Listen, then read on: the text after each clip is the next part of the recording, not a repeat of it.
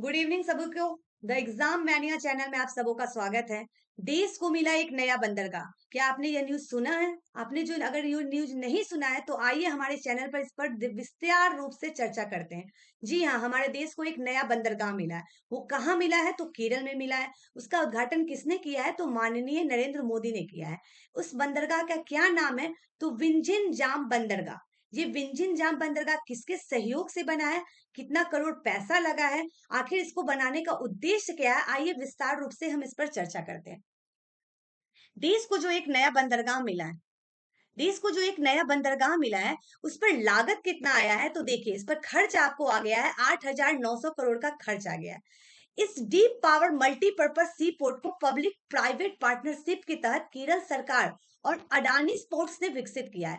केंद्र सरकार के अनुसार यह बंदरगाह वैश्विक व्यापार में भारत की स्थिति को क्या करेगा? तो मजबूत करेगा। हमारी जो ये आत्मनिर्भरता है हमारी और बढ़ेगी, और ये जो हम विदेशी बंदरगाहों पर निर्भर हुआ करते थे वो क्या होगा? धीरे धीरे वो कम होगा। साथ ही साथ नरेंद्र मोदी ने ये भी बतलाया है कि हमारा जो पैसा है वो साथ ही देश का पैसा देश में ही रहेगा। वो जो हम लोग विदेशों पर खर्च करते थे, जो विदेश भेजने में जो खर्च होता था वो खर्च नहीं होगा। इस उद्घाटन में कौन कौन शामिल रहा? तो इस उद्घाटन में आपको सबसे पहले तो केरल के मुख्यमंत्री पिनराई विजयन शामिल थे। कांग्रेस सांसद शशि थरूर मौजूद थे।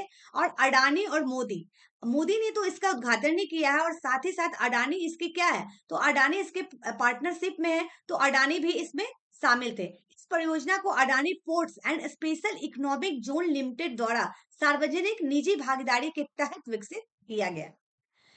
चिनजाम बंदरगाह का उद्घाटन करने के बाद प्रधानमंत्री मोदी ने जनसभा को संबोधित करते हुए कहा है कि एक तरफ क्या है? तो विशाल समुद्र है जिनके अनेक अवसर हैं, और दूसरी तरफ क्या है? तो प्रकृति की सुंदरता है। इन दोनों के बीच ये जो विंझिन जम अंतर्राष्ट्रीय गहरे पानी वाला बहुउद्देशीय बंदरगाह है, जो नए युग के विकास का प्रतीक है। इस बंदरगाह का निर्माण 8,800 करोड़ रुपए में हुआ है, और निकट भविष्य में इसके ट्रांसशिपमेंट हब की क्षमता को कितना बढ़ा दिया जाएगा? तो 3 गुना बढ़ा दिया जाएगा। इससे बड़े मालवाहक जहाजों को समायोजित करने के लिए डिजाइन किया गया है, जो एक महत्वपूर्ण आवश्यकता को पूरा करेगा। अब तक भारत की 75% ट्रांसशिपमेंट गतिविधियां विदेशी बंदरगाहों पर संचालित की जाती थी, जिसके परिणाम स्वरूप देश के राजस्व को एक बहुत बड़ा नुकसान होता था। देश की आर्थिक स्थिति क्या होती थी? कमजोर हो जाती थी। देश का पैसा आधा से अधिक बाहर निकल जाता था। इसीलिए मोदी ने कहा है कि इस बंदरगाह के उद्घाटन होने से हमारे देश को आर्थिक स्थिति मजबूत होगी, देश का पैसा देश में ही रहेगा। अगर ये वीडियो आपको अच्छा लगा हो तो द एग्जाम मैनिया चैनल को लाइक करें, शेयर करें एंड सब्सक्राइब करें। धन्यवाद।